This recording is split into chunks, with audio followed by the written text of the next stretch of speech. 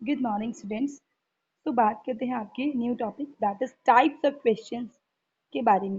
भाई आपके जो क्वालिटीज ऑफ गुड क्वेश्चनियर हैं जो हम लास्ट क्लास में डिस्कस कर चुके हैं, दैट इज आपके जितने भी पॉइंट्स थे इसमें वो सभी हमने किए थे। भाई आपके गुड क्वेश्चनियर किसको कहा जाएगा?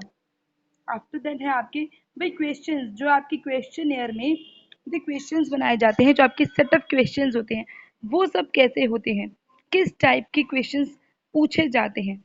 सो सिंपल अल्टरनेटिव क्वेश्चंस, भाई जो भी क्वेश्चंस आप पूछेंगे ना, भाई वो ज़्यादा आपने ऐसे नहीं पूछने भाई जिनमें ज़्यादा ज़्यादा बहुत लंबा चौड़ा आपको लिखना पड़े। तो ऐसे क्वेश्चंस को ज़्यादा प्रेफर नहीं किया जाता। किन्हें प्रेफर किया जाता है? भाई या तो ऑब्जेक्टिव टाइप्स या फिर आपकी जैसे सिंपल अल्टरनेटिव क्वेश्चंस कैसे रहते हैं, भाई आपने आंसर जो भी देना है या तो राइट रॉन्ग में देना है, गुड बैड में देना है या फिर यस नो में देना है। सो ऐसे आंसर्स जो कि झट से जिनका जवाब, ऐसे क्वेश्चंस जो कि जिनका जवाब बिल्कुल झट से दिया जा सके। सो ऐसे आपने क्वेश्चंस वहाँ पे बनाने हैं। आफ्टर द जैसे आपके एग्जाम्पल इधर दिए हुए हैं, that do you have a car. तो इसका आंसर कैसे आएगा? यस या नो। भाई जिसके पास है वो यस बोलेगा, नहीं है तो नो बोल देगा।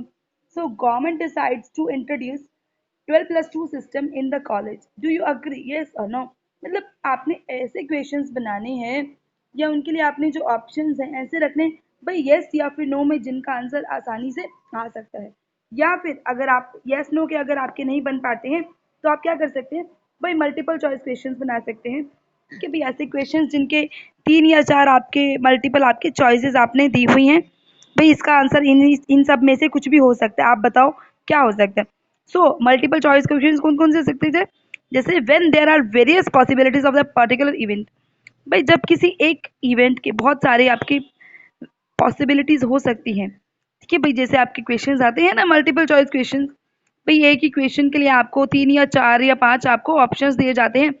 भाई इनमें से अपना कोई एक जो ऑप्शन है उसे आप चूज कर लीजिए। सो ऐसे ही इनको बोलते हैं मल्टीपल चॉइस क्वेश्चंस। ठीक है, so number of possible answers जो कि हो सकते हैं आपके, वो सभी इन क्वेश्चंस के लिए आंसर्स बनाकर वहाँ दिए जाते हैं।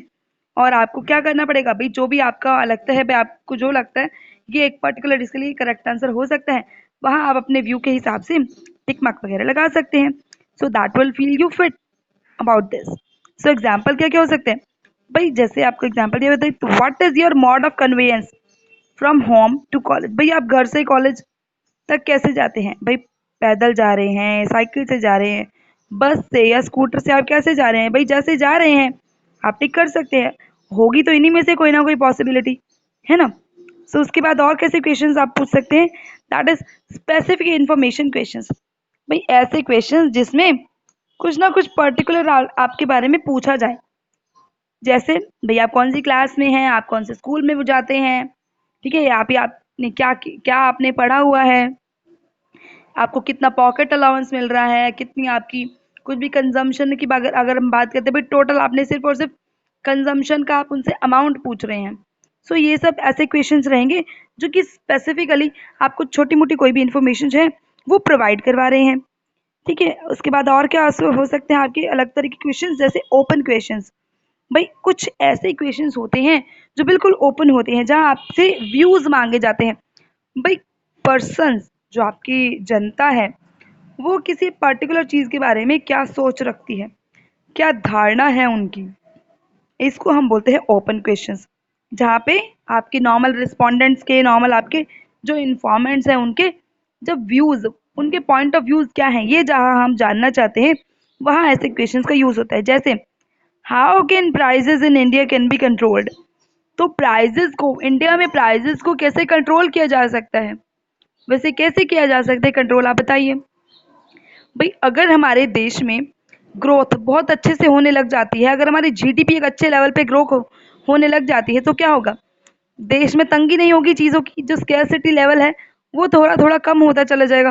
भाई स्केर्सिटी पहले ज़्यादा थी चीज़ों के लिए, अब अगर किसी लेवल पर आकर स्केर्सिटी कम हो जाती है, तो क्या होगा, भाई जितने लोगों को जो जो चीज़ें चाहिए उनके पास हैं, उनको आसानी से मिल रही हैं। तो ऐसे केस में आपका जो प्राइस लेवल है वो मॉडरेट हो जाएगा।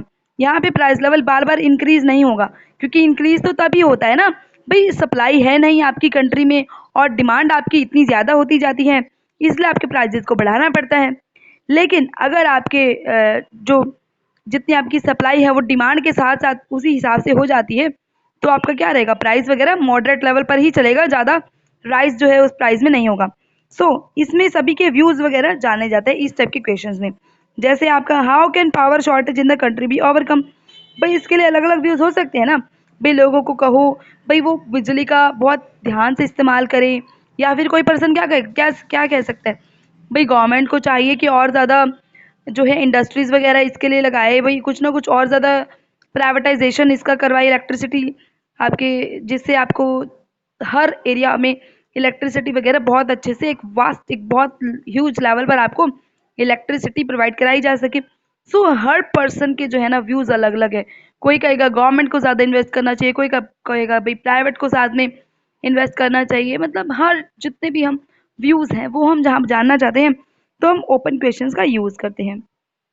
तो ये थे बच्चे आपके टाइप्स ऑफ क्वेश्चंस।